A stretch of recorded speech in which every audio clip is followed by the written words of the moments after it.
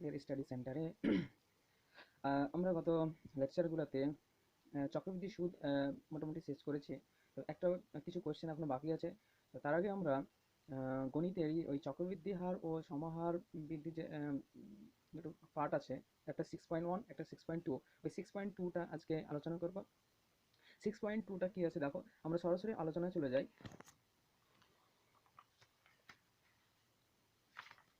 যে সমাহার বৃদ্ধি বা হ্রাস, ঠিক আছে, সমাহার বৃদ্ধি বা হ্রাস।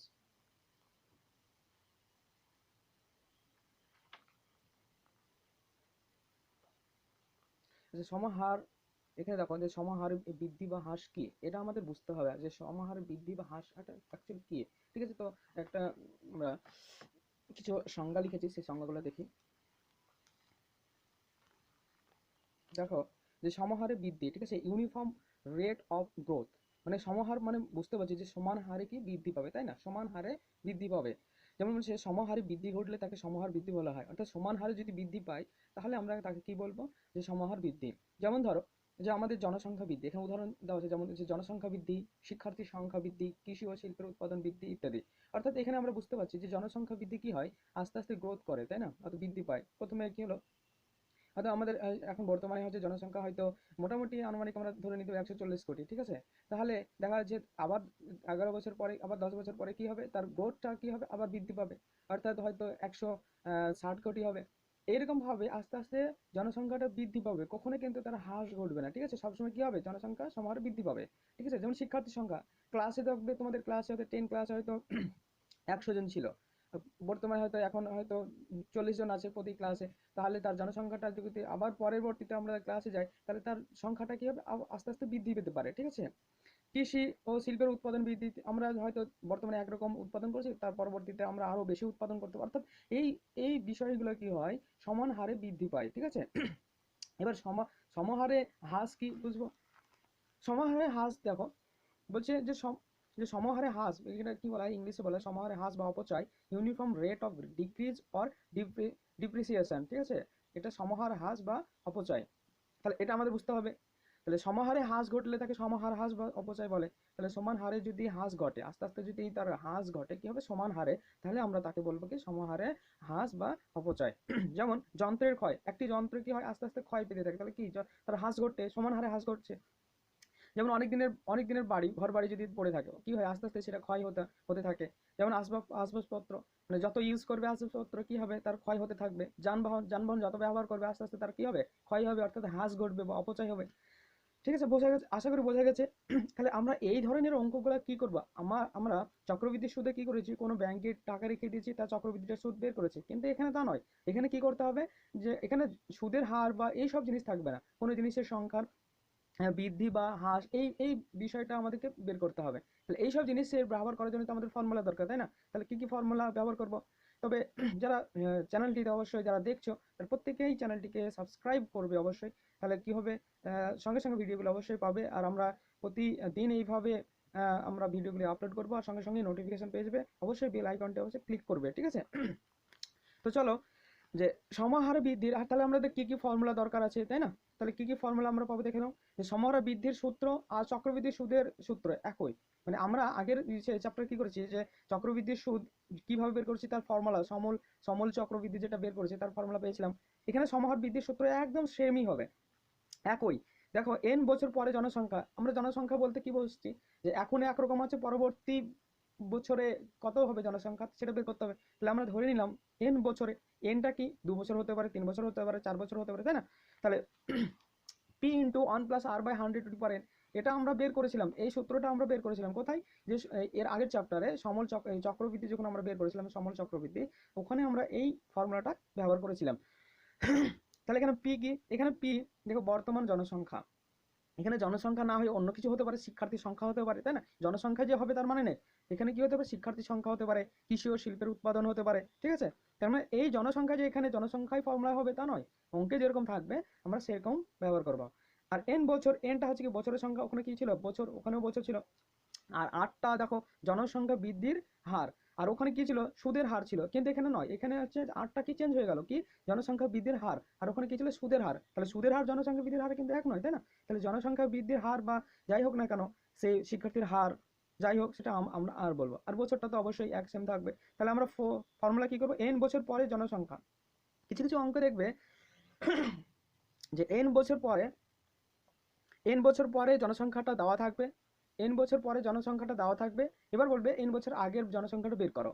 তাহলে কি এন বছর পরে তো দেওয়া আছে, তাহলে এটা ইকুয়াল টু দেওয়া আছে, তাহলে কি হবে যে পিটা বের করতে বলবে, অর্থাৎ আগে বর্তমান আছে, পি হচ্ছে বর্তমান জনসংখ্যা, তার মানে কি এন বছর পরেরটা দেওয়া আছে, এন বছর পরেরটা দেওয়া আছে, কিন্তু বর্তমানটা বের করতে হবে, পি বের করতে হবে। তাহলে পি এই ফর্মুলাটা লাগাবো, আর এর দিকে যা দেওয়া থাকবে এটা ইকুয়াল টু করে দেবো, ঠিক আছে?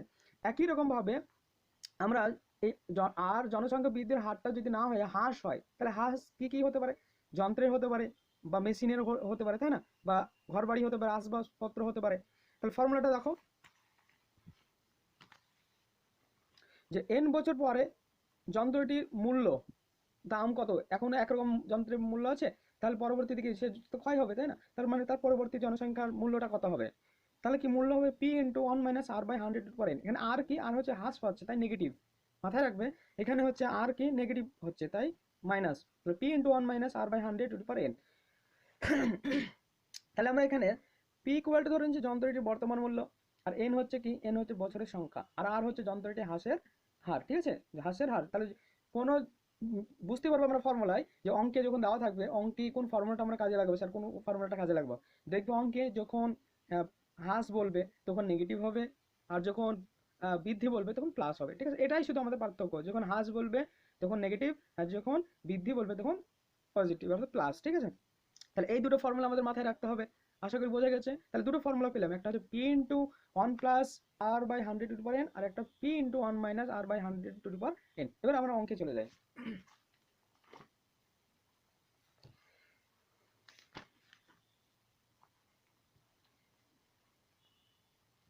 অবশ্যই বন্ধুদের ভিডিওগুলি অবশ্যই সেন্ড করো, সাবস্ক্রাইব করতে বলো। আমরা পরপর এই চ্যাপ্টারগুলো পরপর প্রত্যেকটা অঙ্কই আমরা আপলোড করবো, ঠিক আছে? দেখো পহলমপুর গ্রামের বর্তমান লোক সংখ্যা, এখানে লোক সংখ্যা দেওয়া আছে, আমরা জনসংখ্যা বের করি, লোক সংখ্যা কত, 10,000। তাহলে ওই গ্রামে প্রতি বছর জনসংখ্যা বৃদ্ধির হার 3% হলে 2 বছর পরে ওই গ্রামের জনসংখ্যা কত হবে। তাহলে কি দেখো, লোক সংখ্যা অর্থাৎ পি দেওয়া আছে, ওই গ্রামে প্রতি বছর জনসংখ্যা বৃদ্ধির হারটা অর্থাৎ বৃদ্ধির হার কি হয়, আর এন 2 বছর পরে মানে আরটাও দেওয়া আছে, তাহলে ওই গ্রামের জনসংখ্যা কত হবে, তাহলে কত বছর, 2 বছর পরে ওই গ্রামের, তাহলে এখানে কি কি দেওয়া আছে আমাদের লিখে নেবো আগে। তাহলে দেখো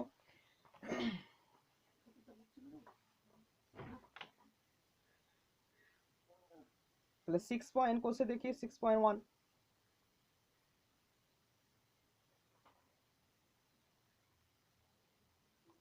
তাহলে এখানে আমরা এখানে প্রত্যেকটা অঙ্কে এরকম লিখবো, এখানে এখানে বর্তমান লোক সংখ্যা, তাহলে বর্তমান লোক সংখ্যা কি পি, তাহলে পি ইকুয়াল টু 10,000 আর বছরের সংখ্যা,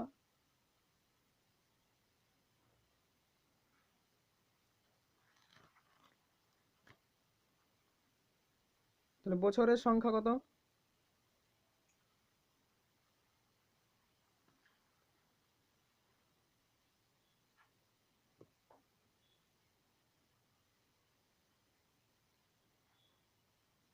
বছরের সংখ্যা অর্থাৎ এন 2 বছর, আর জনসংখ্যা বৃদ্ধির হার, জনসংখ্যা বৃদ্ধির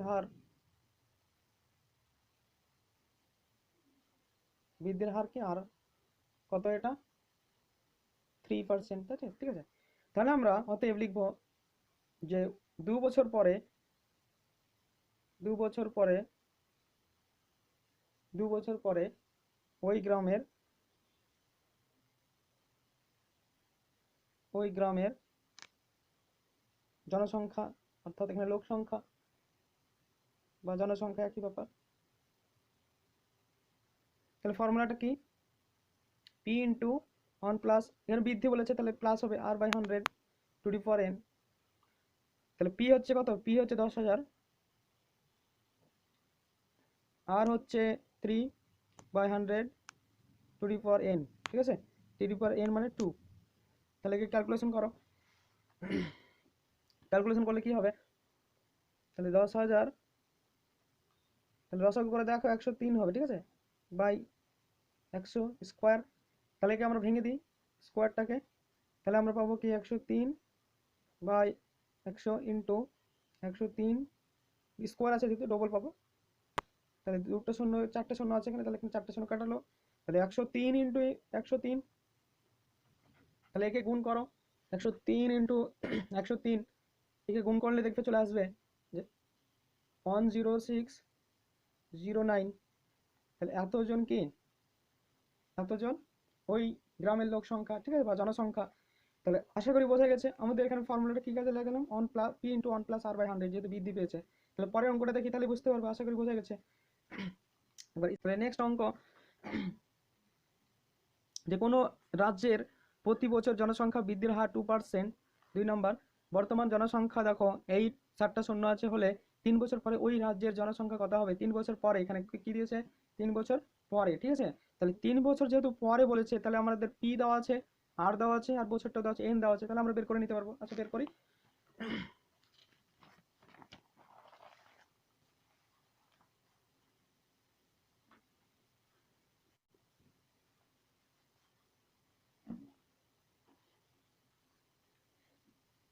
তাহলে 2 নম্বরে উত্তর বলে লিখতে পারো বা সলিউশন যেটা লিখতে পারো। তাহলে এখানে বর্তমান জনসংখ্যা, অর্থাৎ বর্তমানটা দেওয়া আছে, বর্তমান জনসংখ্যা, জনসংখ্যা পি, তাই না।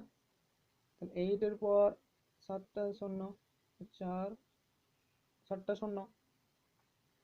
এবার জনসংখ্যা বৃদ্ধির হার, মানে আর বৃদ্ধির হার, আর কত 2% দেওয়া আছে, বছর অর্থাৎ n 3। তাহলে আমাদের কি বের করতে হবে, যে 3 বছর পরে ওই রাজ্যের জনসংখ্যা কত। তাহলে আমরা ধরে নিব যে 3 বছর পরে,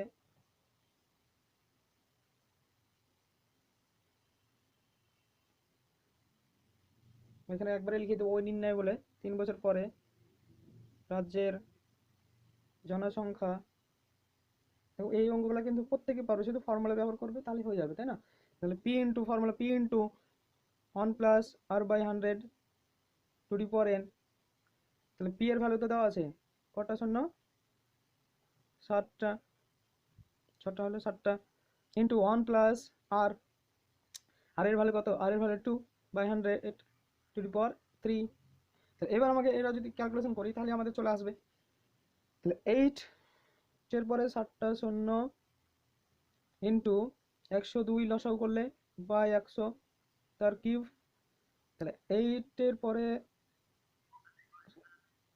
7টা শূন্য হলো ইন্টু, একে ভেঙে দাও, তাহলে 102 কিউব আছে, তাহলে 3টে পাবো একই রকম, তাই না।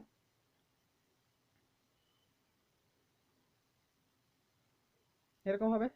দেখো এখানে 6টা শূন্য আছে, তাহলে 6টা শূন্য এখানে কাটলো। এবার কি করব, 8 ইন্টু 102 ইন্টু 102 ইন্টু 102, তাহলে এটা আমরা যদি গুণ করি, তাহলে গুণ করলে কত হবে, দেখো গুণ করে নেবে সবগুলো, 8 4 8 9 6 6 4 0 আসবে, ঠিক আছে। তাহলে এতজন 3 বছর পরে জনসংখ্যা, আশা করি বোঝা গেছে। তাহলে 3-এর অঙ্কটা তোমরা এবার 3-এর অঙ্কটা দেখো। তাহলে আমাদের কি করতে হচ্ছে, শুধু ফরম্যাট পি বের করে পি নিয়ে নিতে হচ্ছে, আর আর বছর।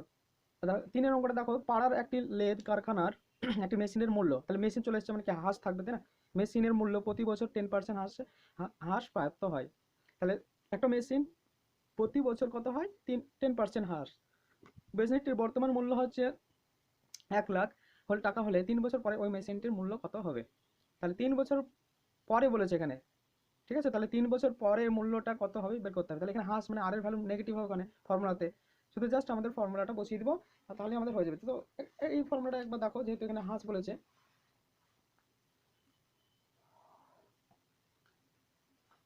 প্রত্যেকটা অঙ্ক হয়ে গেলে তোমরা কি স্ক্রিনশট করে নেবে, তাহলে আমার সুবিধা হবে। তাহলে 3 নম্বরটা দেখো, তাহলে উত্তরগুলো লিখতে পারি বা সলিউশন বা সমাধান। তাহলে এখানে এখানে বলতে যেখানে যেগুলো দেওয়া আছে সেগুলো আগে লিখে নেবা। তাহলে মেশিনটির বর্তমান মূল্য দেওয়া আছে, মেশিনটির বর্তমান মূল্য, তাহলে পি 1 লাখ, ঠিক আছে। মেশিনটির হার দেওয়া আছে,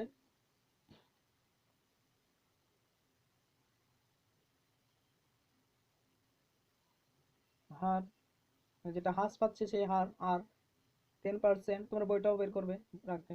আর বছর কত, 3 বছর, মানে এন এন দেওয়া আছে 3। তাহলে বলেছে 3 বছর পরে, তাহলে আমরা লিখবো 3 বছর পরে, 3 বছর পরে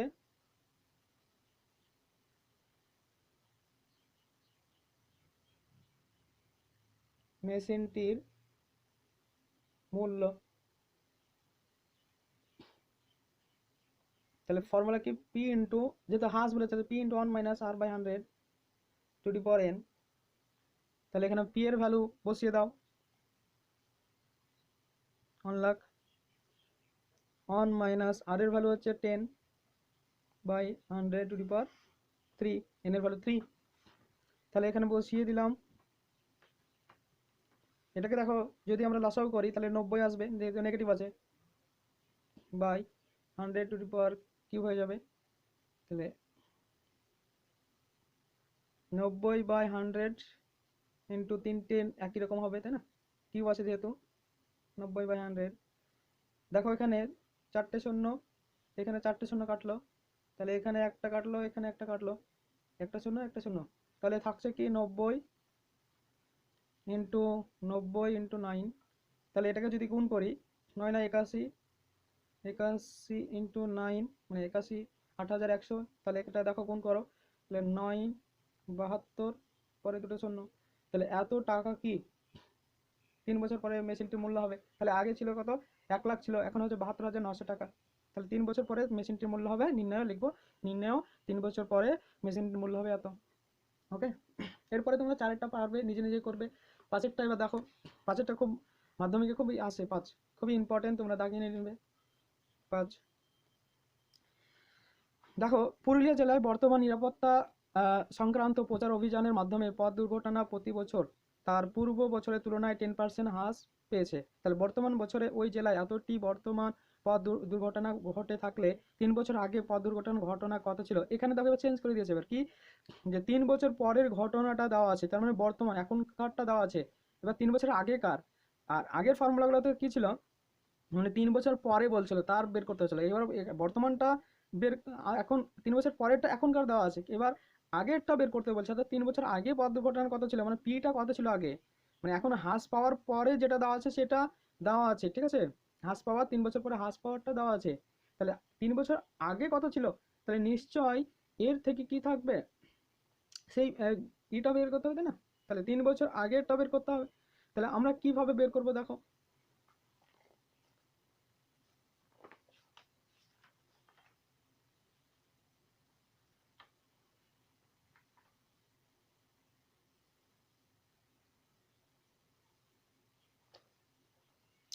তাহলে বর্ধমানটা বলতে 8,748টি পথ দুর্ঘটনা আছে। তাহলে এখানে আমরা বুঝতে পারছি যে বর্তমান যেহেতু এত দেওয়া আছে, তাহলে এর থেকে 3 বছর আগে আরও বেশি ছিল, সেটা বের করতে হবে। তাহলে বর্তমান 3 বছর পরেরটা বের করতে হবে না, তাহলে 3 বছর পরেরটা দেওয়া আছে, তাহলে আগেরটা বের করতে হবে। কীভাবে বের করবো দেখো এবার। তাহলে আমরা লিখে নেবো কী কী দেওয়া আছে তথ্য।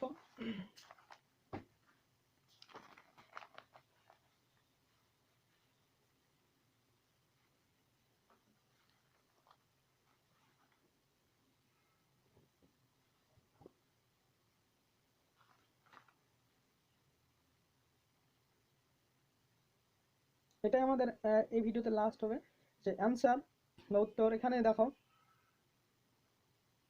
বর্তমান জনসংখ্যা অর্থাৎ 3 বছর আগে, ধরে নিই, ধরি 3 বছর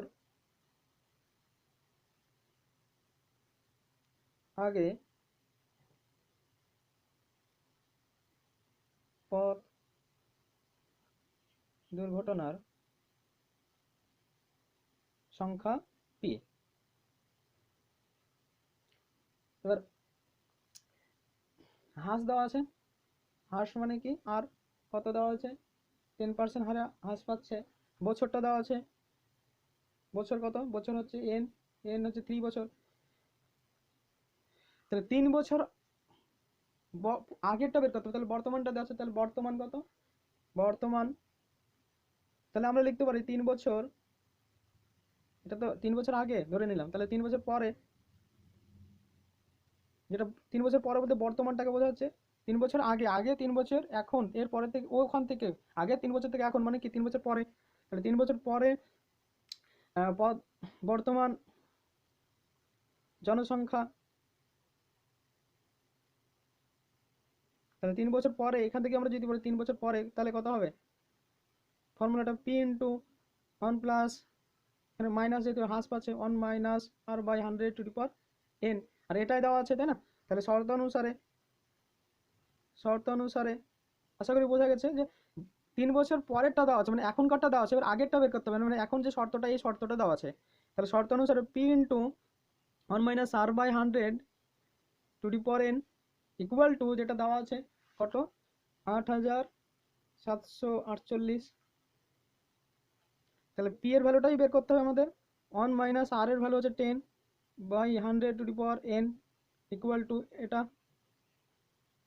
এবার পি এর ভ্যালু এটাকে লসাগু করো, তাহলে 90 by 100 to the power N, N এর ভ্যালু বসিয়ে দাও, এখানে এন এর ভ্যালু কত 3, তাহলে 8748, তাহলে শূন্য শূন্য কাটলো, তাহলে পি ইকুয়াল টু দেখো যে 8748 ইন্টু ইন্টু কত হবে 10/9, 10/9, এটা এক্সচেঞ্জ উল্টে দিলাম, তাহলে 10/9 টু দি পাওয়ার কিউব হয়ে যাবে। এবার এটাকে একটু ক্যালকুলেশন করতে হবে, ঠিক আছে, তো ক্যালকুলেশন করো। তাহলে 8748 ইন্টু 10/9 ইন্টু 10/9 ইন্টু 10/9, তাহলে 9 কাটো, 9 9 81, তাহলে এখানে থাকছে 6 64, 7 9 63,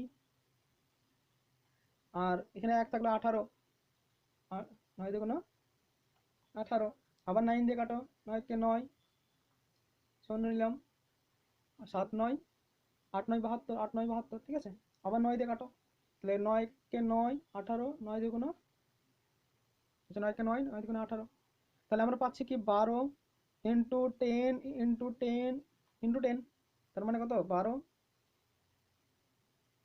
3টে শূন্য, তাহলে 12,000 জন, এতজন কি ছিল আগে ছিল, বোঝা গেল। তাহলে পিঠ একই রকম ভাবে 6 অঙ্কটা আছে, তোমরা 6 অঙ্কটা করবে, 7 অঙ্কটা এরকম ভাবেই হবে, ঠিক আছে, আশা করি বোঝা গেছে। অবশ্যই চ্যানেলটি সাবস্ক্রাইব করো নতুন হয়ে থাকলে, আর বন্ধুদেরকে অবশ্যই শেয়ার করতে ভুলবে না, আর অবশ্যই কমেন্ট করবে, ঠিক আছে। Thank you.